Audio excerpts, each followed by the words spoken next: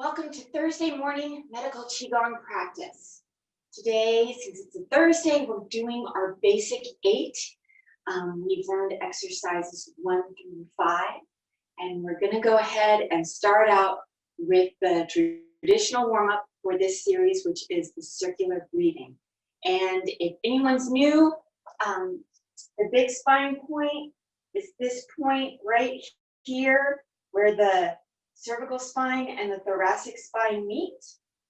And you can find it by simply gliding your fingertips down your neck. And once you reach a big bony point that doesn't rotate with the neck when you turn the neck from side to side, that's your big spine point. Okay, let's go ahead and start. We're opening up. Hip width, shoulder width apart. Settling into the space. Allowing the bottoms of the feet to relax into the earth. Softening the knees. Relaxing the low back. Allowing the tailbone to drop just a little bit. Creating some space in that lumbar spine. Relaxing the shoulders. And then allowing a little bit of space underneath the armpit area to open up that shoulder joint just a tad and bring the arms out from the sides of the torso, so that the chi and blood may move more freely. The tip of the tongue is touching the roof of the mouth so that we can better connect the front of the body with the back of the body. We're trying to relax the musculature of the jaw. And then allowing the very top of the head to reach up into the sky.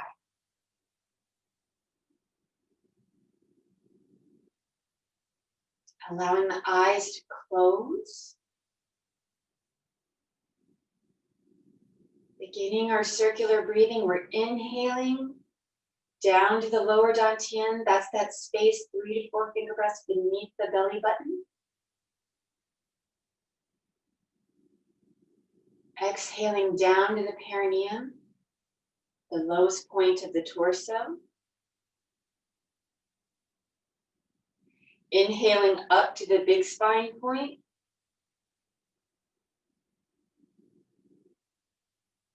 And then exhaling to the palms of the hands.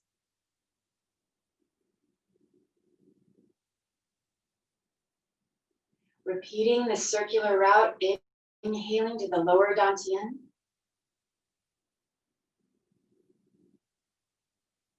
Exhaling down to the perineum. Inhaling up to that big spine point.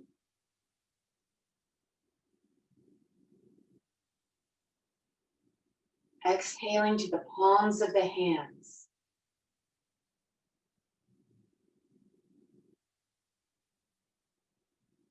Inhaling down to the lower dantian.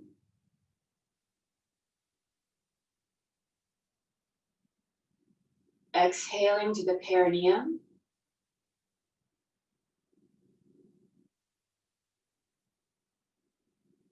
Inhaling up to the big spine point.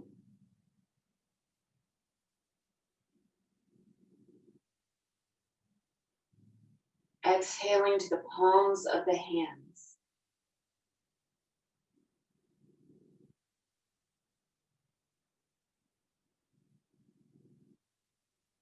Go ahead and work through this circular breathing at your own pace.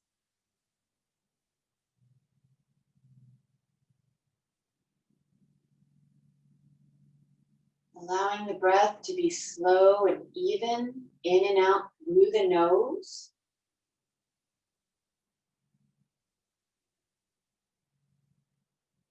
Allowing the mind to relax into the exercise, relax into the breath.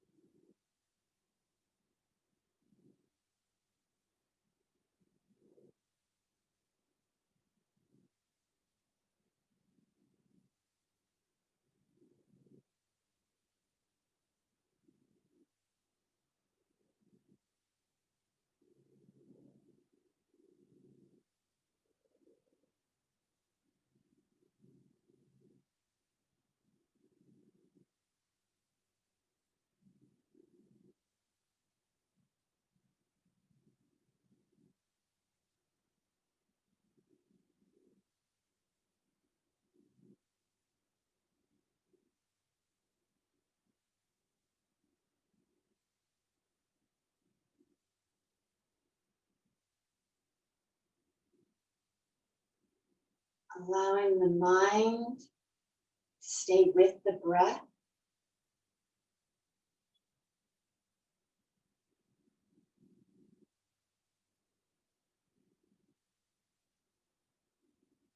Allowing the mind intent to follow the breath through this circular route so that the chi may flow freely through this route, allowing greater communication between the front of the body and the back of the body,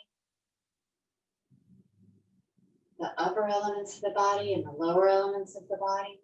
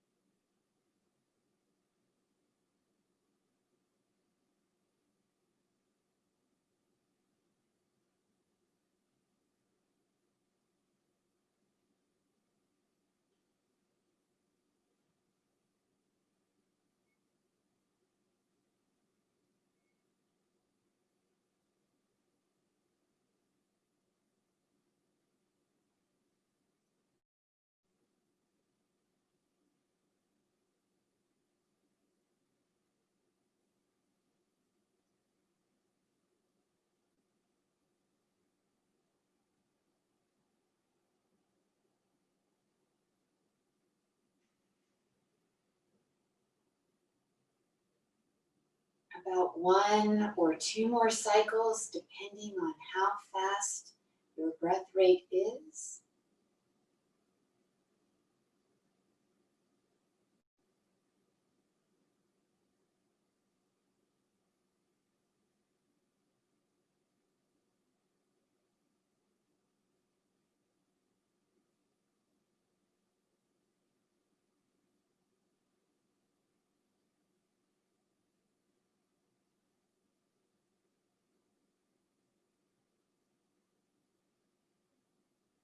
Getting ready to close. Opening our eyes, letting the arms come back down to the sides, and closing by bringing that left foot back to the right. Moving right into our basic 8 series. We're starting out with the lung and large intestine exercise.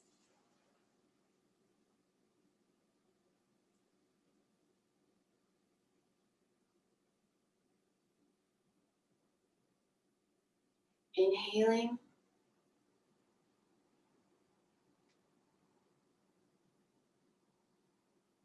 And exhaling.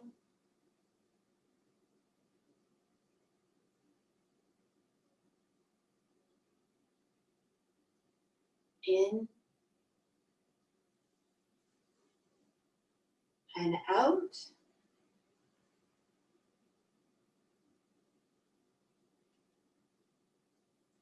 Inhaling.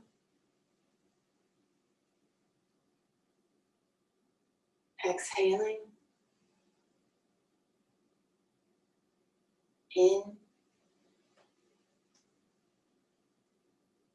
and out.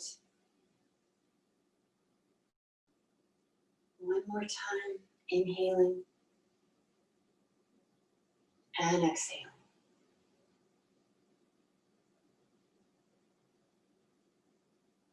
Continuing on, going at your own pace, moving a little faster or a little slower, depending on what feels good to your lung capacity.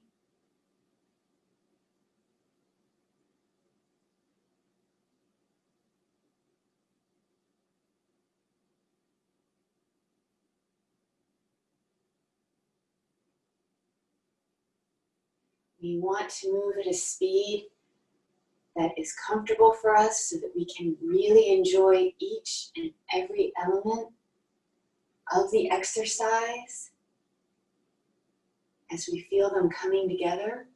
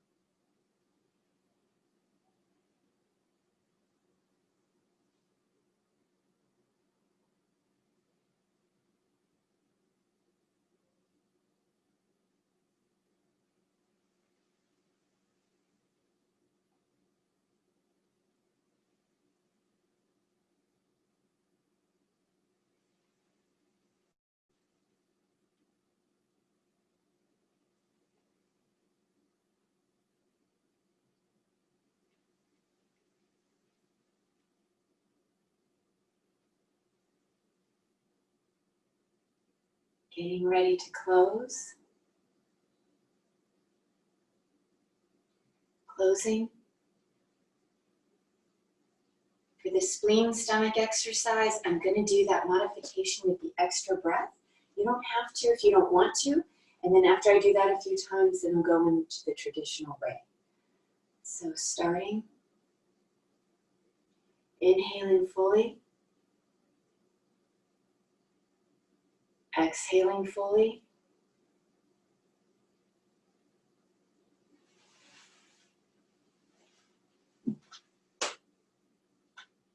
Inhaling.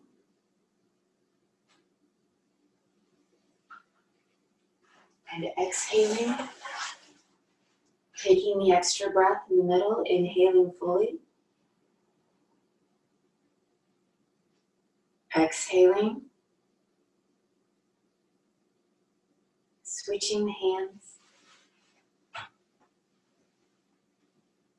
Inhaling. And exhaling. In. Out.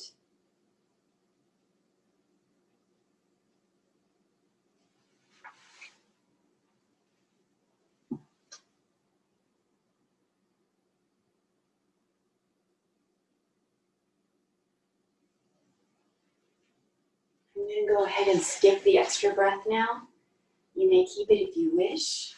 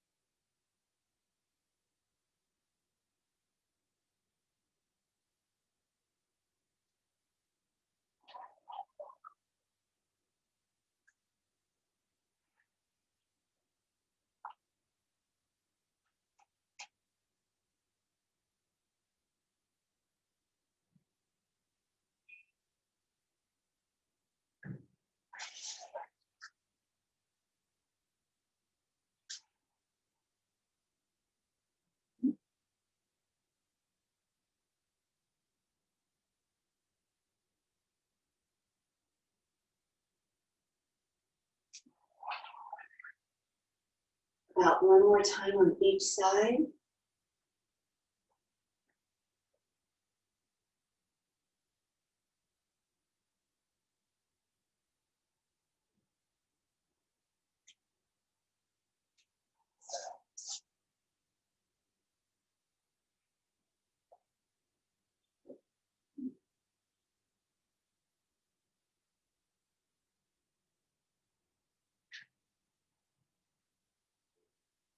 And closing.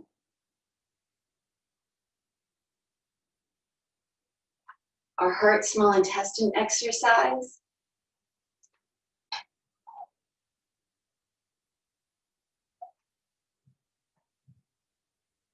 Gathering the claws in front of the lower dantian. Inhaling.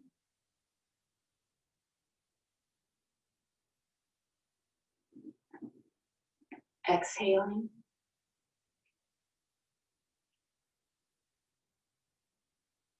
Continuing at your own pace.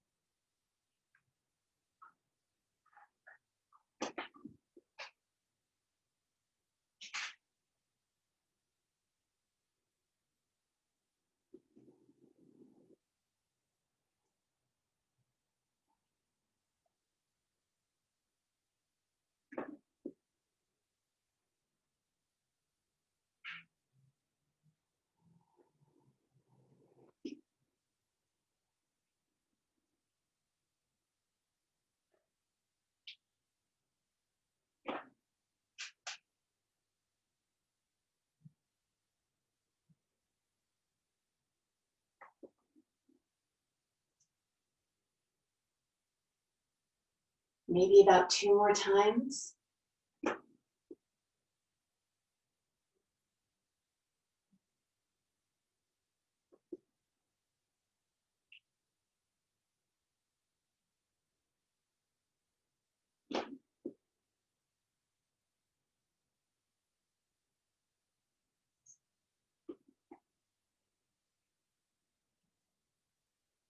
Getting ready to close.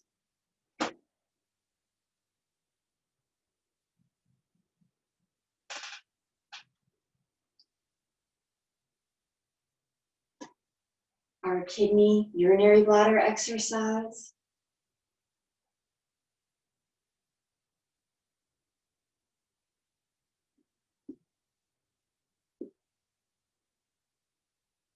Bringing the blades of the hands close to the midline but not touching. Inhaling.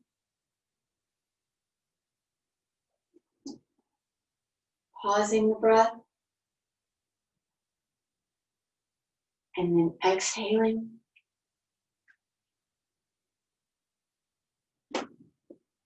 Continuing on.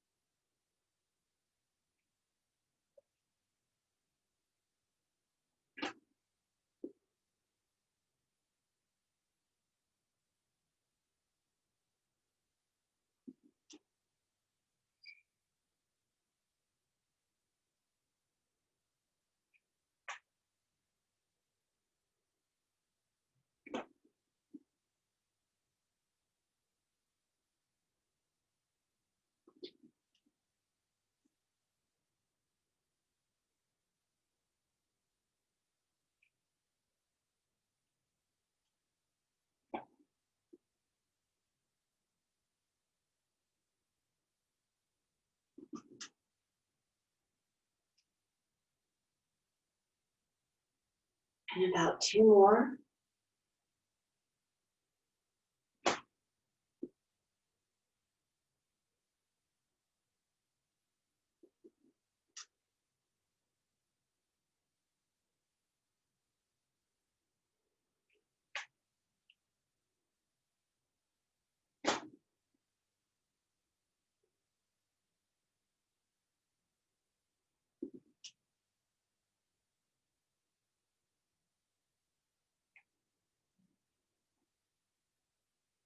Getting ready to close. Closing. Our pericardium sand jiao exercise. Starting with the feet together. Inhaling as we elevate the palms to just underneath the shoulders. Exhaling fully.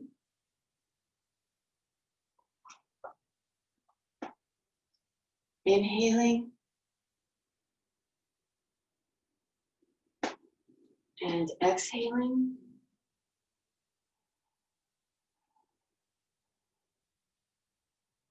In. And out.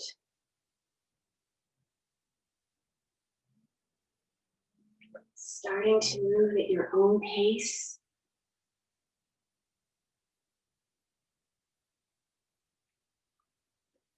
Enjoying the expansion and the contraction.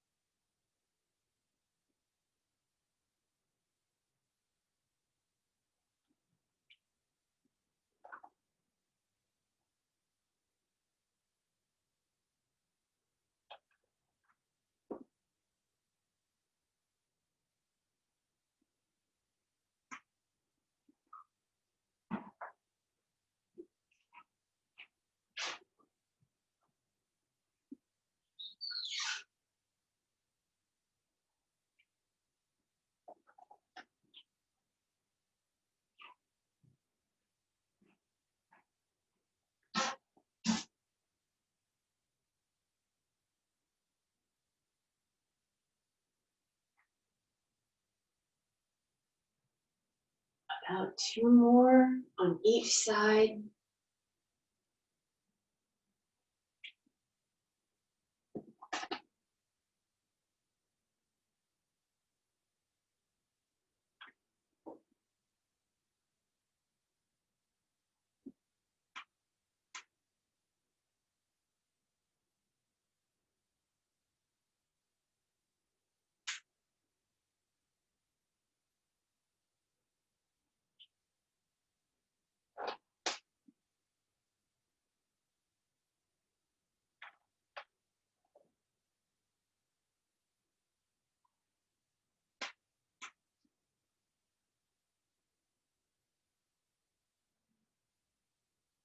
And closing.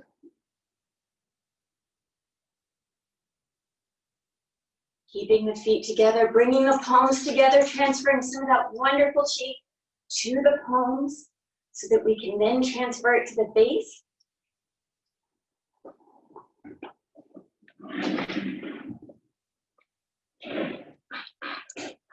Washing the face 9 times.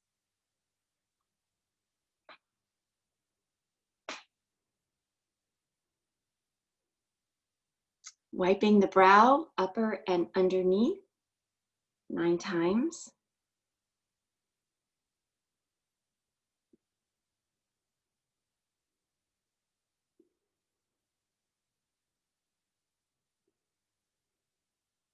Wiping up and down the nose.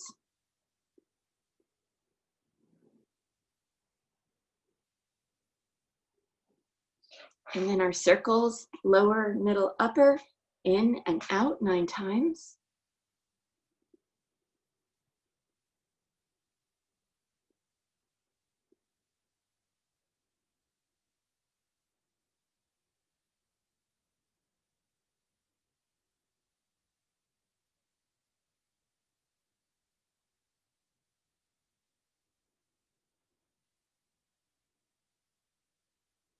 Imagine just underneath the pupil at the cheekbone, there's a little divot, inward and outward, 9 times.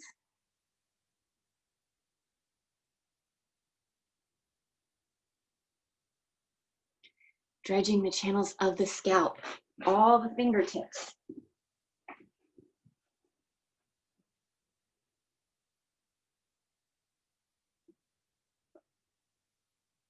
Beating the drum 9 times.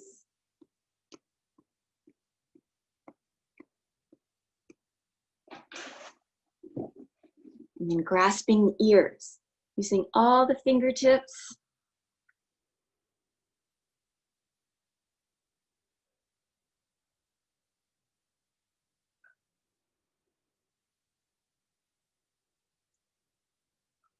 Popping the cork.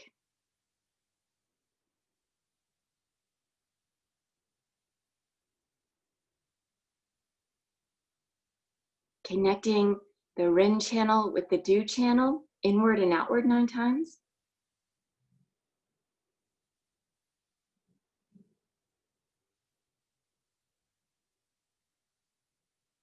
And then massaging the jaw 9 times each side.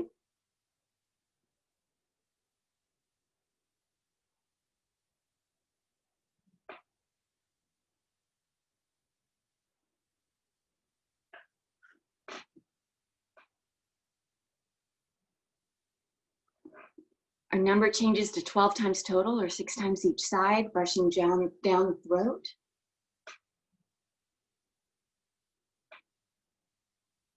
And then continuing down the breastbone.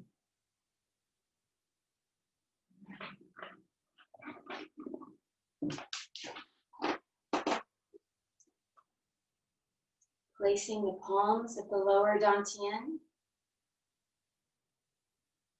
9 circles up the right and down the left.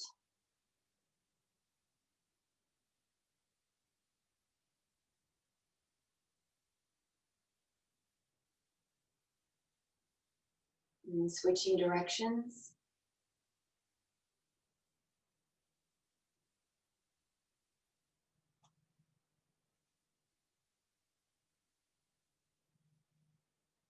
Resting the palms at the lower dantian. Closing the eyes.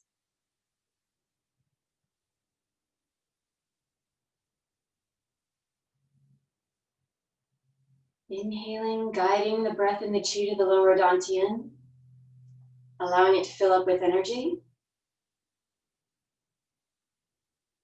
Exhaling, allowing that energy to settle and store so that it may be used throughout the rest of your day.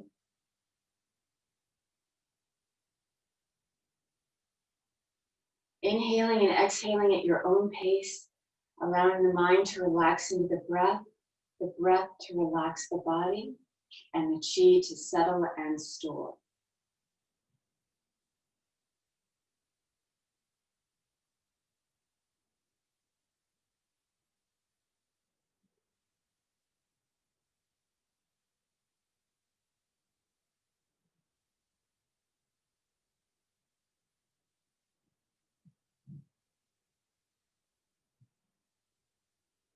Thank you, Qigong family. Henry, we are ready for our Qi chat. Hello, hello. Good morning. Thanks for joining us today. All right, let's jump into it. We've been talking about the face. Yesterday we talked about congruency, the difference between left and right as they relate to our inner selves and our outer selves. So I just want to go a little bit more detail today on the face. So we're going to focus on some wood areas of the face and what they mean. I did a quick review yesterday, but so we're going to look at wood today, the wood element, and where that energy tends to be on everyone's faces. So I mentioned liver, gallbladder, which are the organs of the wood element. They go to the eyes, all right?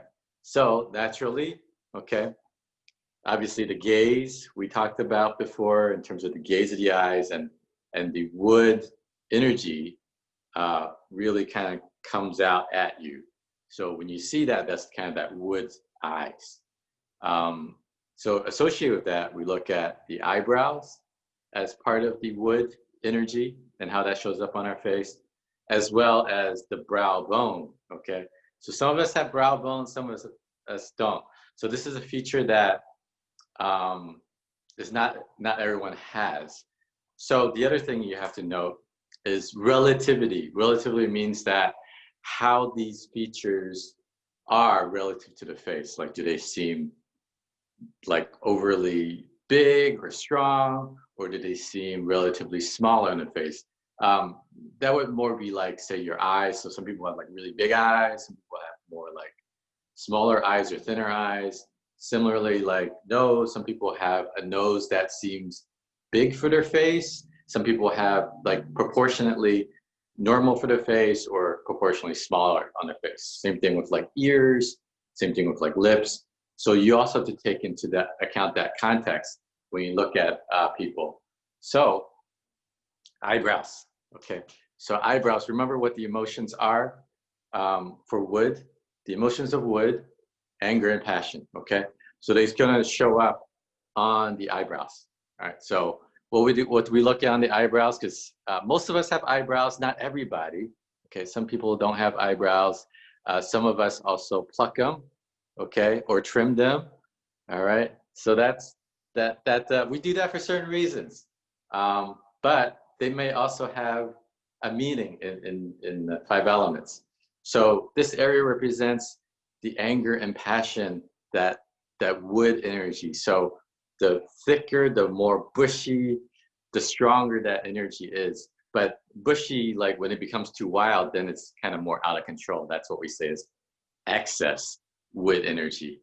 That also leads more to fire, which is the next element from the wood. Okay, and having too little means maybe not as much. It means more. It could be more of a challenge to try to connect with that energy. So too thick, very heavy, that could be a challenge on the other side, where maybe there's too much, like an overabundance and excess of anger and passion. So those could be challenges the other way. So you have excess, you have deficiency on the same side. So like trying to find that balance, and we kind of have to embrace what we have too, right? So like, but it is good to, if you have it too wild and crazy, maybe you want to own it and say, hey, you know, yeah, that's who I am. I'm kind of, you know, I'm really passionate, and I love this about myself. And so don't go and trim it because you're afraid that, oh my God, it's going to be too crazy. Um, you know, on the other hand, like there are ways that you can sort of, you know, visually do, if you think you do have too much, you could like trim it a little bit. So it does affect your energy that way. It does. But I don't recommend anyone go shave their eyebrows completely. Okay. We all want some passion. We all want some anger. Um, and maybe if you feel like you have too little, so this is one thing. It's like how you project to the world as well as how you feel about yourself. Okay, so it can change both when you modify something like your eyebrows, which, you know, I think it's a lot of people do, whether it's guys, it's becoming more acceptable for guys to do it these days, but women have been doing it for a long time. You know, more so about trimming them, but again, that could also reduce. So you have to be careful how much you trim. Um, and then on the other hand, if you have very thin eyebrows, maybe you weren't born with a lot, or none. You know, there are people who kind of do some, I don't know what they call it. Maybe someone can help me because I'm not familiar with makeup. Whatever they do to make it darker, okay? Maybe some makeup to do that, or make the hairs look darker. Like if you have lighter hair, so it doesn't show up as well, like as a contrast. You could also make that darker, so it creates more of that energy there, so you could help concentrate that energy of wood. Okay, so you know, there's other outlier things like, you know, unibrow. Okay, so unibrow really is that concentrated energy. Think about when you're like really mad, right? When you're really mad, you kind of your eyebrows tend to go together. Like not that you're doing it on purpose, but that's your natural reaction. Like when you're really mad, it becomes kind of like a unibrow. All right. So that's when you're trying to concentrate your wood, your anger, your passion. Like so you're naturally doing that without thinking about it. But these things we respond to as an outsider looking at someone who's like that, or someone who has unibrow, you'd have a natural perception of, you know, a reaction to who you think they may be, even though like they may not be. Okay. So the other thing is we talked about left and right side, right?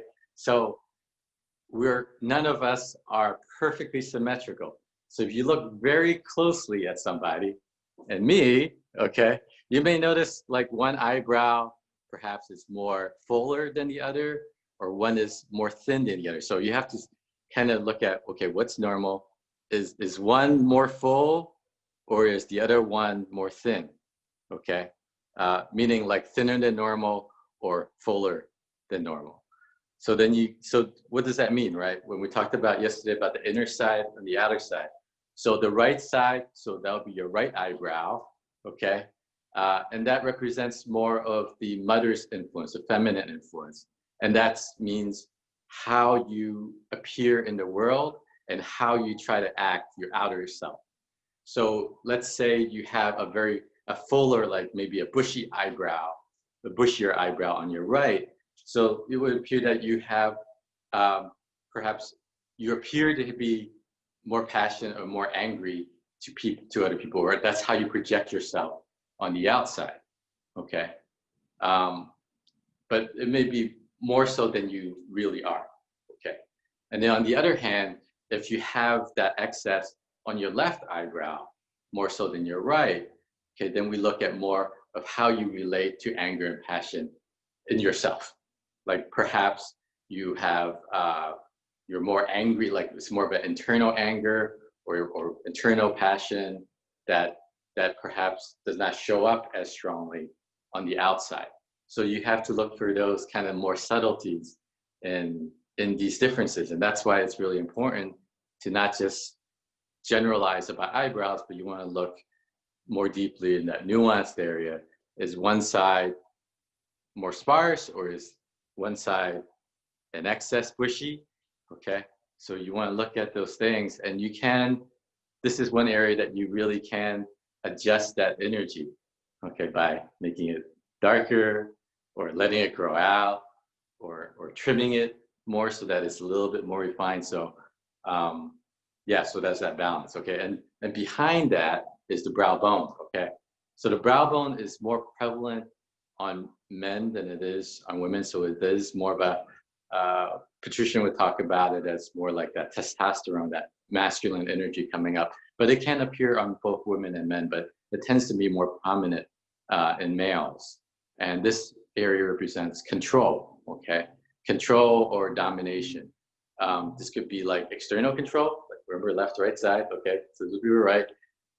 You may see, again, it's not perfectly symmetrical. If you look very detailed, you might find one side being bigger than the other, or one side that's notably smaller, or one side that's higher or lower than the other, because you're looking at those little subtle differences. But this is about control and domination. So external control and domination means like, you know, you may have a tendency to want to really dominate conversations, dominate relationships. And so you may want to look at that if, you know, you have some challenges in that area, or if you get some feedback or criticism, or people may not like hanging out with you, like, okay, maybe there's something I can do to help balance that out a little bit. Versus if it's more internal, it may be more about your relationship with control, like meaning like perhaps you don't like other people telling you what to do. You don't like feeling controlled.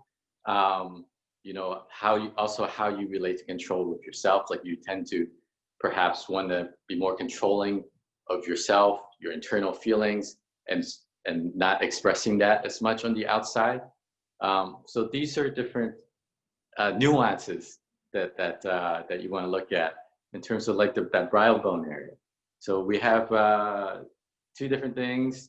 So eyebrows, okay, and the brow bone, very much wood part of the face.